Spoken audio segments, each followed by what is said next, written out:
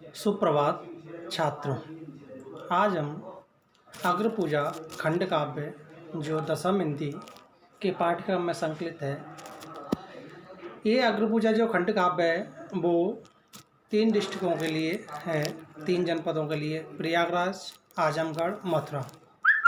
इसके जो विद्यार्थी हैं उनको ये अग्र पूजा खंड काव्य पढ़ना है। आज हम इस अग्र पूजा खंड काव्य जो पंडित रामबौरी शुक्ल द्वारा रचित है का सारांश पढ़ेंगे।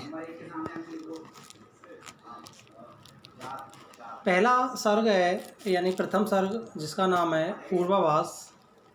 इस सर्ग में दुर्योधन द्वारा षड्यंत्र करके लक्षागृह में आग लगवा देने के बाद वह पूर्ण रूप से आश्वस्त हो गया कि अब पांडव समाप्त हो गए।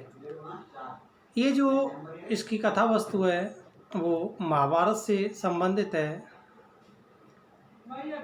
तो उसने और अधिक अत्याचार बढ़ा दिए, किंतु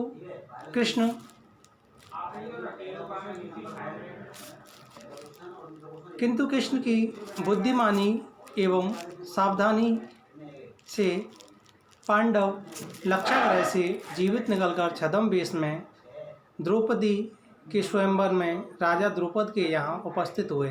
राजा द्रुपद की शर्त के अनुसार अर्जुन ने मछली की आँख का लक्ष्य भेद किया। निराश हुए अन्य राजाओं ने अर्जुन पर घातक प्रहार किया, किंतु भीम और अर्जुन ने उन्हें परास्त कर दिया। स्वयंवर में आए हुए श्री कृष्ण और बलराम ने उन्हें पहचान लिया तथा उन्हें विश्राम गृह में रात्रि के समय मुलाकात की। राजा द्रुपद ने द्रौपदी को अर्जुन को सौंप दिया। पांडव द्रौपदी के साथ माता कुंती के पास पहुँचे। कुंती की इच्छा के अनुसार द्रौपदी का विवाह 5 पांडवों के साथ कर दिया गया। इस अवसर पर श्री कृष्ण द्वारा उपहार तथा राजा द्रुपद द्वारा बहुत दहेज दिया गया। पांडवों को जीवित देखकर तथा द्रौपदी द्वारा उनका विवाह करने की घटना से दुर्योधन अधिक चिंतित हो उठा। हस्तिनापुर से कर्ण को साथ लेकर उसने धृतराष्ट्र से पांडवों का सर्वनाश करने का परामर्श भी किया। धृतराष्ट्र ने भीष्म, पितामह, द्रोण तथा विदुर के परामर्श पर पांडवों को आधा राज देने का निश्चय किया। पांडवों को बुलाने के लिए विदुर को भेजा गया। पांडवों के साथ कुंती, द्रौपदी तथा श्री कृष्ण भी हस्तिनापुर आए। हस्तिनापुर की जनता ने उन सभी का बड़ा आदर एवं स्वागत किया। दूसरे दिन धृतराष्ट्र ने युधिष्ठिर का राज्याभिषेक कर दिया। उसके बाद में गुरुजनों से विदा लेकर पांडव द्रौपदी सहित खांडव वन को चले गए। यानी कि प्रथम सर्ग की घटना की बात करें तो इसमें लक्षागृह के षड्यंत्र से लेकर के और राजा द्रुपद के यहाँ द्रौपदी स्वयंवर और फिर धृतराष्ट्र द्वारा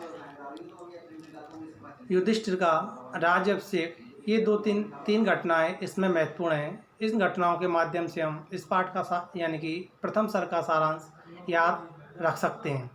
अब इसके बाद में आगे द्वितीय सर्ग की बात करें तो इसका नाम समारंभ। इसमें पांडव श्री कृष्ण को साथ लेकर खांडव वन पहुँचे। यह एक विशाल वन था। यहाँ पर श्री कृष्ण ने स्वयं स्वर्गलोक जैसा इंद्रप्रस्थ तैयार करा दिया। जो व्यक्ति पांडवों के साथ हस्तिनापुर से आए थे वे सभी यहाँ सुखपूर्वक रहने लगे। कुछ दिनों के पश्चात श्री कृष्ण पांडवों से आज्ञा लेकर द्वारकापुरी चले गए। श्री कृष्ण के वापस आते समय पांडव व्याकुल होने लगे।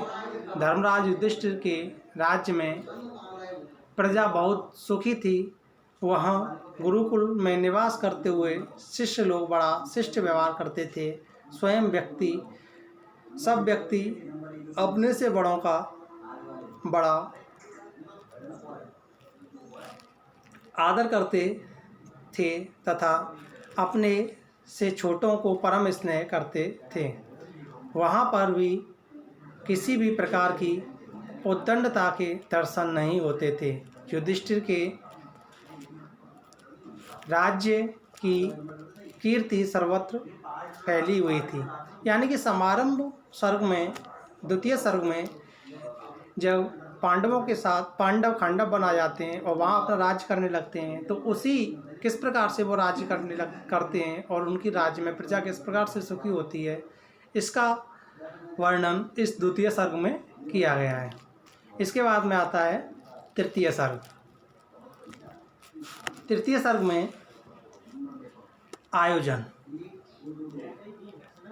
इसमें पांडवों का द्रौपदी से विवाह होने के उपरांत पांडवों के आपसी मतभेद को दूर करने के लिए नारद जी ने यह प्रस्ताव रखा कि द्रौपदी एक वर्ष प्रत्येक पति के साथ रहे। शर्त यह भी थी कि 1 वर्ष तक एक पति के साथ रहते हुए यदि दूसरा पति द्रौपदी को देख ले तो उस पति को 12 वर्ष वन में रहना पड़ेगा। एक दिन चोर ब्राह्मणों की गायों को लेकर चल दिया। ब्राह्मणों ने राजा के द्वार पर जाकर सहायता की प्रार्थना की। अर्जुन शस्त्रागार से शस्त्र लेने के लिए गए। शस्त्रागार में द्रौपदी और युधिष्ठिर को बैठा हुआ देखकर अर्जुन नारद नियम के अनुसार वनवास के लिए चल दिए। वनवास की अवधि में अनेक स्थानों पर घूमते हुए अर्जुन द्वारकापुरी पहुँचे। वहाँ पर श्री कृष्ण की बहन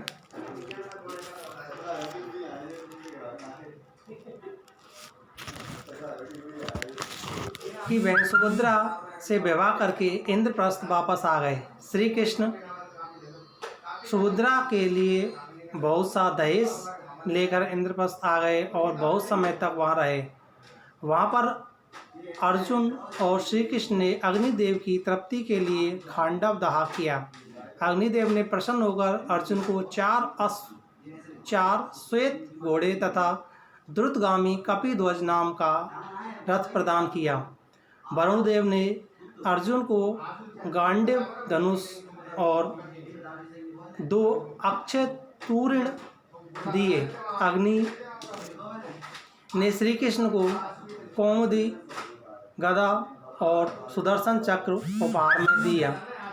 मैं दानव ने अग्नि की लपटों से व्याकुल होकर जीवन रक्षा की मांग की। अर्जुन ने उसे अभयदान देकर बचा लिया।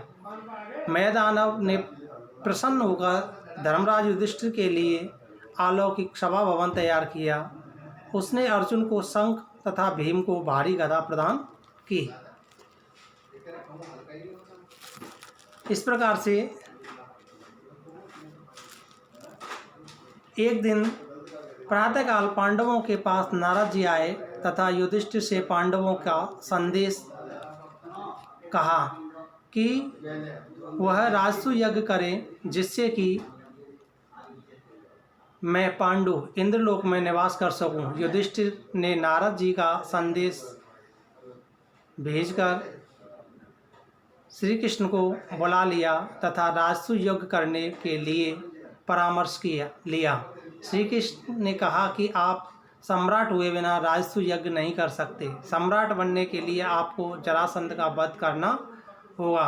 अतः सर्वप्रथम जरासंध का वध किया जाना चाहिए। जरासंध ने रुद्र यज्ञ में बलि देने के लिए 2000 राजाओं को कैद कर रखा है। मैं उन राजाओं को छुड़ाने का आश्वासन देकर आया हूँ। युधिष्ठिर से आज्ञा लेकर भीम अर्जुन को साथ लेकर श्री कृष्ण जरासंध के पास पहुँचे। जरासंध ने भीम से मल्लयुद्ध करने का निश्चय किया। लगातार 13 दिनों तक युद्ध होता रहा।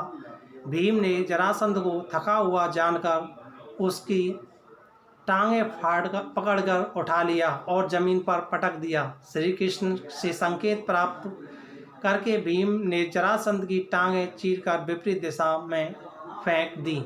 जरासंध का क्रियाकर्म करके उसके पुत्र सहदेव का राज्याभिषेक किया। कैद से मुक्त हुए राजाओं तथा सहदेव ने युधिष्ठिर की अधीनता स्वीकार की।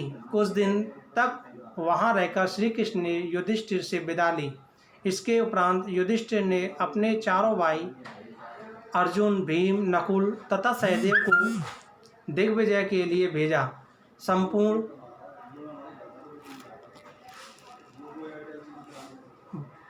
भारत युधिष्ठिर की छत्र छाया में एक हो गया। युधिष्ठिर ने राजसूय यज्ञ के लिए सभी राजाओं को आमंत्रित किया और अर्जुन श्री कृष्ण को इस यज्ञ में लेने के लिए द्वारकापुरी गए। इस प्रकार से ये चतुर्थ यानी कि 3 सर्गों का सारांश पूर्ण हुआ। अब हम अगली वीडियो में शेष बचे हुए पाठ के सारांशों का अर्थ देखेंगे, यानी कि सारांश को देखेंगे। धन्यवाद।